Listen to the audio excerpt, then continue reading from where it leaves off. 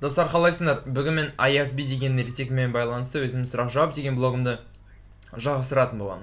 Және бүгінгі талданатын сұрағымыз осындай болады. Хан уәзірлерін қалай жазылады? То есть спрашивается, как Мадан хан наказал своих 40 визирей. Жауабымызды сіз видеоның астында көре аласыз, және жауабымыз осындай болады. Бір күні хан уәзірлерімен аңға шығады. Аң іздеп келе жатып, таудың етегінде қой жайып жүрген бір шалға ұшырап, сәлем беріп, «Уа, ата, мына таудың басын қырау шалғалы неше жыл болды? Бұл таудың етегін қырау шалғалы неше жыл болды? Және бұл таудың басынан бұлақ аққалы неше жыл болды?» деп сұрайды. Шал оған жауабын айтады. Сонда хан одан тағы бір сұрақты қояды. «Баба, менің 40 асыранды қазым бар. Соны білдірмей, жүнін жұлып, күйдірмей пісіріп, қан шығармай сойып беретін кісі бар ма?» Сонда шал оған «Адамна тап болсан, айтқаннан да артық етер» деп жауап береді. Хан шалдың жауабына қанағат етіп, үйіне қайтады. Келген соң уәзірлеріне «Мен не дедім, шал не деді?» деп айтады. «Соны айырыңдар, оны айыруға 1 ай уақыт беремін. Айыра алмасыңдар, 40-да өлесіңдер» дейді. Уәзірлер өздері таба алмайтынын түсініп, тағы да жаманнан көмегін сұрайды. Олар жаманға келгенде ол уәзірлерге көмектеседі. Ол оларға солай айтады: «Бір атты қалдырып, қалған 39-ын сойыңдар. Киімдеріңді өртеп, сонымен бір аттың етін пісіріңдер. Мен мына қалған атқа мініп, сендерді ханға жалаңаш айдап барам. Егер де сендер арланып қастық етпейтін болсаңдар, мен сендерді хан алдында құтқарып алам». Уәзірлер онымен келісіп, барлығын жаман айтқандай істейді. Мадан хан жаман келе жатыр дегенді естіп, хан оны өте жылы қарсы алады. Хан уәзірлерді ұмытып кетеді. Ұзақ уақыт бойы той жасап жата береді. Бір күні уәзірлердің арасында бұл хан өз қызығы өзінде жата берді. Әлгі сөзін ұмытып кетті шығар деген күңкіл шығады. Жаман оны естіп, уәзірлерді шақыртып алып, жиылған халықпен хан алдында сөзін айта бастайды. Таудың етегінде қой жайып жүрген әлгі шал жұрттан асқан дана еді. Хан оның даналығын сезіп, мына таудың басын қырау шалғалы неше жыл болды? Бұл таудың етегін қырау шалғалы неше жыл болды? Және бұл таудың басынан бұлақ аққалы неше жыл болды? Деп сұрайтыны, шашына ақ кіргелі неше жыл болды, сақалына ақ кіргелі неше жыл болды, және көзінен жас аққалы неше жыл болды деген мағынада болды. Ал менің 40 асыранды қазым бар, соны білдірмей, жүнін жұлып, күйдірмей пісіріп, қан шығармай сойып беретін кісі бар ма деп сұрайтыны, менің ақылсыз 40 уәзірім бар. Соларды ұрмай, соқпай, жөнге салып беретін кісі бар ма дегені еді. Шалдың адамна тап болсан айтқаннан да артық етер дегені оның шешуін маған жолдағаны еді. Уәзірлердің мен іздеп барған соң, олардың үстіндегі киімдерін алып отқа жаққаным, білдірмей жұлғаным, күйдірмей пісіргенім. Оларды жалаңаш жаяу айдап ханға келгенім, қан шығармай сойғаным еді.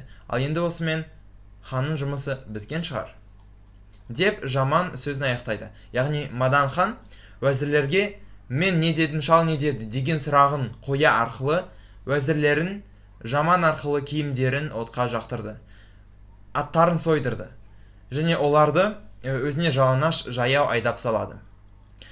Міне осылай хан өз уәзірлерін жазалады. Ал енді барлығын аударайын. В один день хан вышел со своими визирями на охоту, и во время охоты он увидел одного старика, который пасет овец у подножия какой-то горы. Хан подошел к нему, поздоровался и сказал: «О, старец, сколько лет уже верхушка этой горы покрыта инеем?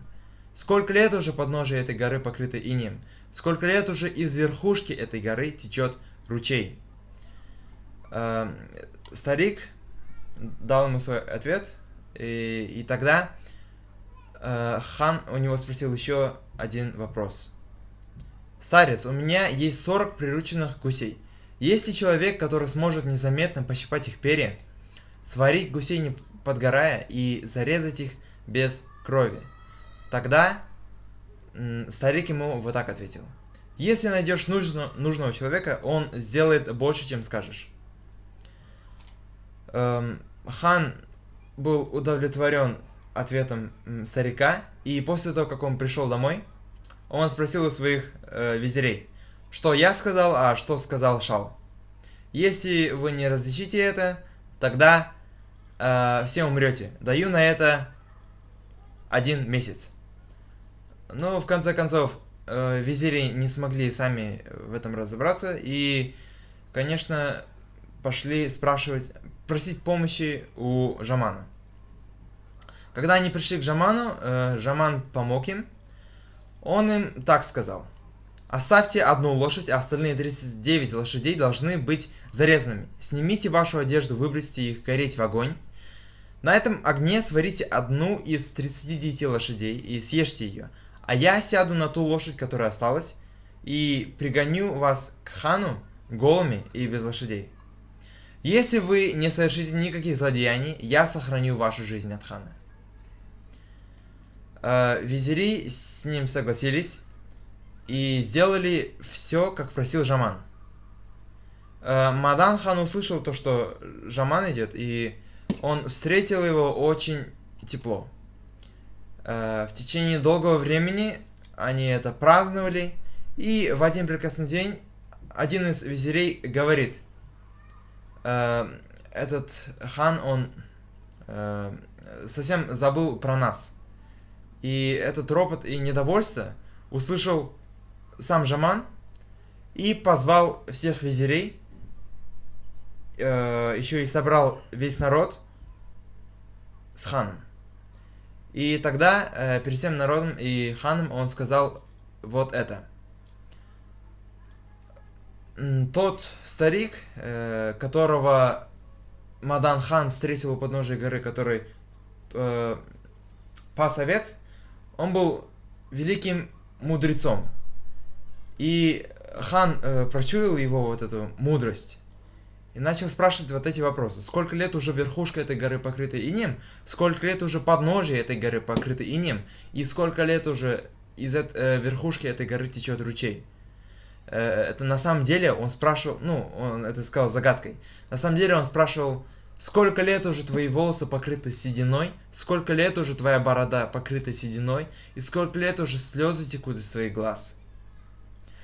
А то, что он спросил у него: у меня есть 40 приличных гусей, есть ли человек, который сможет незаметно пощипать их перья, сварить гусей не подгорая и зарезать их без крови, на самом деле означало то, что у меня есть 40 безмозглых визирей.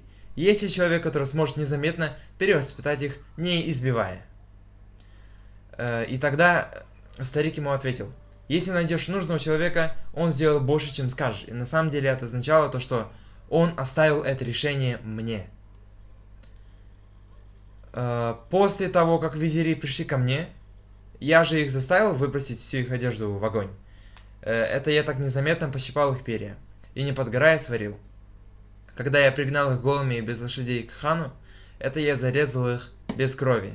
И теперь я предполагаю, что на этом работа хана закончилась.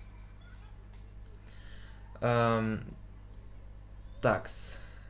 То есть Мадан хан, спрашивая у своих визирей вопрос, что я сказал, а что сказал старец, с помощью Жамана, заставил их незаметно кинуть все их вещи гореть в огонь и голыми и без лошадей пригнать их к себе. Так он и их наказал. Бол достар sağ olunuz.